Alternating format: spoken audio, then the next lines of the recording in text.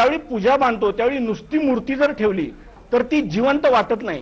ज्यावेळी पूजा बांधली जाते त्यावेळी त्या मूर्तीला नेत्र लावली जातात। नेत्र लावल्यानंतर ती मूर्ती सजीव वाटते आणि हे त्या नेत्रांचं काम आहे। त्यामुळे नेत्र हा एका अर्थानं दागिना आहे।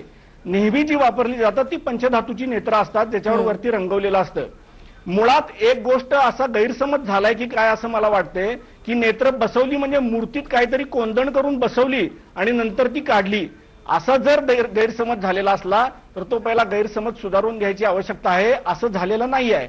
नेत्राला मागच्या बाजूला जे महिला कुंकवासाठी मेण वापरतात ते मेण लावलं जातं आणि ती नेत्र चिकटवली जातात वरनं। त्याच्यामुळे मूर्तीला कुठलंही नुकसान होत नाही, ही पूर्वापार चालत आलेली परंपरा आहे। अजितजी, तुम्ही हे जे स्पष्टीकरण देताय त्यावरून जयश्रीताईंकडे जायचं। जयश्रीताई, तुम्हाला हे सगळं स्पष्टीकरण पटतंय का? नाही, मला अजिबात पटत नाहीये।